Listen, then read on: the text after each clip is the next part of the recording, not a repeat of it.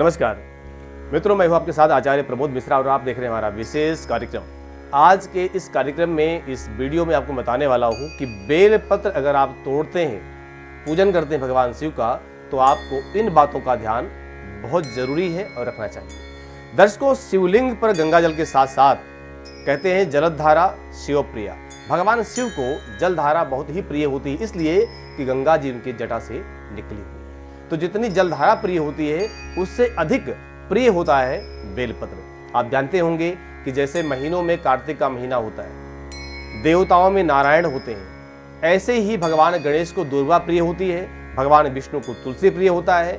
बिल्कुल ऐसे ही भगवान शिव को बेलपत्र बहुत ही प्रिय होता है। अगर आपके पास पूजन सामग्री में कुछ भी नहीं मिलता, धूप दीप नैवेद्य भोग दीपक कुछ भी नहीं है, और श्रद्धा पूर्वक एक बेलपत्र और अखंड बेलपत्र कहीं खंडित नहीं होना चाहिए, और उसको आप शिव को चढ़ाते हैं, अपनी कामनाओं को रखते हैं, तो कामनाएं निश्चित ही पूर्ण होती हैं। दर्शकों, क्या होता है कि हम लोग सनातन पर बढ़ते हुए कहीं ना कहीं अंधविश्वासी भी हो गए हैं, लेकिन जो चीजें सनातन में हैं, वेदों में हैं, पुराणों में हैं, वो आज भी पूजनीय हैं, उनका आज भी फल मिलता है। जरूरत है, आवश्यकता है हमारे भाव की, हमारे विचारों की, हमारे मन की, हमारी श्रद्धा की। तो अगर आप बेलपत्र भगवान शंकर जी को चढ़ाते हैं, तो आपको इन बातों का ध्यान विशेष रूप से रखना चाहिए। दर्शकों, वो है देवों के देव यानी महादेव। महादेव बहुत जल्दी प्रसन्न होते हैं, वो अवघड़ दानी हैं। उनको ये विचार नहीं करना होता है कि अपने दर्शक को, अपने भक्त को, अपने जो है सेवक को हम क्या दें। ऐसा कुछ नहीं है, बस निर्भर है कि सेवक मांग क्या रहा है, और जो मांग रहा है वो दे ही देते हैं, ये विचार नहीं करते। भगवान नारायण का नियम है कि निरीक्षण परीक्षण करने के बाद देना है, लेकिन भगवान शिव का नियम है भक्त शरण में आ गया है तो उसको दे ही देना है, वो क्या मांग रहा है निर्भर करता है। तो दर्शकों, बेलपत्र को संस्कृत में ही बिल्व पत्र कहा गया है, जबकि आजकल के जो जनरेशन है, इस जनरेशन में चीजें देखी जाती हैं कि जो बेल का फल होता है, बेल का फल, उसको भी बेल पत्थर कहा जाने लगा है, थोड़ा सा भाषाओं के चक्कर में। जबकि वो बेलपत्र था, बेलपत्र से बिल्व पत्र था, और अब आगे बेल पत्थर भी लोग कहने लगे हैं। तो बेल पत्थर समझ में नहीं आता ये भाषा कहाँ से आई, फिलहाल जो भी है। तो बेलपत्र भगवान शंकर जी को चढ़ाएं, इससे उनका मस्तक जो है शांत रहता है, शीतल रहता है, इसलिए चढ़ाया जाता है। और पूजा में इसका प्रयोग करने से भगवान शिव बहुत जल्द ही प्रसन्न होते हैं। तो कुछ तिथियां हैं जिन तिथियों पर आपको बेलपत्र नहीं तोड़ना चाहिए, जैसे कि अमावस्या पर आपको बेलपत्र नहीं तोड़ना चाहिए, जैसे कि चतुर्दशी पर नहीं तोड़ना चाहिए, जब भगवान सूर्य एक राशि से दूसरे राशि पर परिवर्तन कर रहे हो उस समय, यानी संक्रांति पर बेलपत्र आपको नहीं तोड़ना चाहिए, और चतुर्थी, अष्टमी, नवमी, इन तिथियों पर भी बेलपत्र आप न तोड़ें।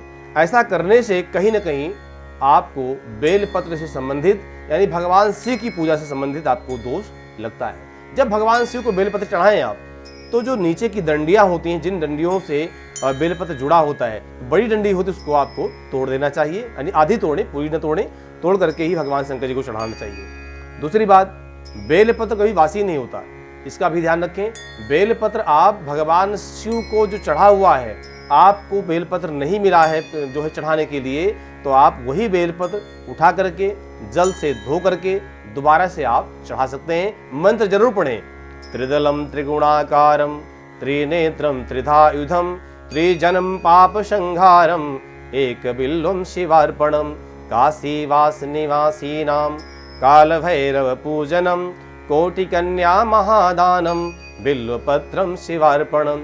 इस मंत्र को पढ़ते हुए और अपने मन के भाव को भगवान शंकर जी को समर्पित करते हुए आप बेलपत्र चढ़ाएं।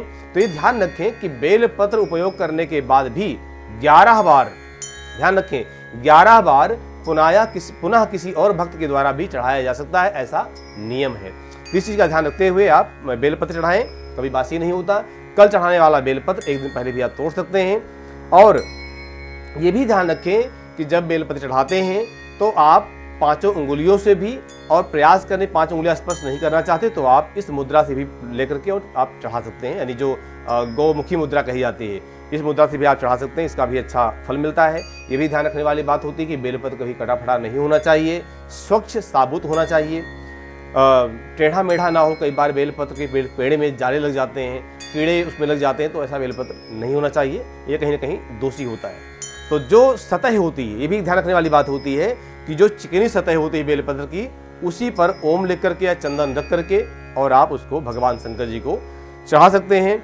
इसका महत्व बड़ा दिव्य ही है। शिव महापुराण में भी, श्रीमद् भागवत महापुराण में जहाँ शिव चरित्र आता है, और श्री जो है रामचरित मानस में, इसमें भी वर्णन मिलता है।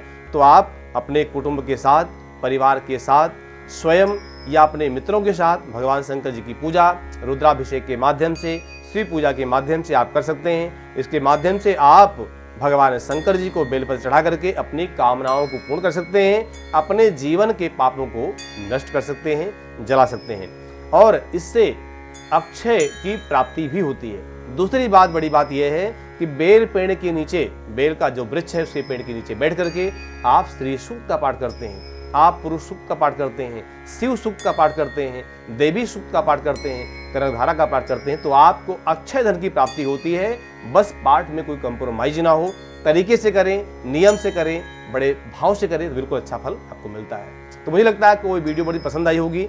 अगर आपको अपनी जन्म कुंडली दिखाना है, हस्तरेखा दिखाना है, और किसी विषय पर आपसे बात करनी है, और तो आप हमसे संपर्क कर सकते हैं। बहुत बहुत धन्यवाद।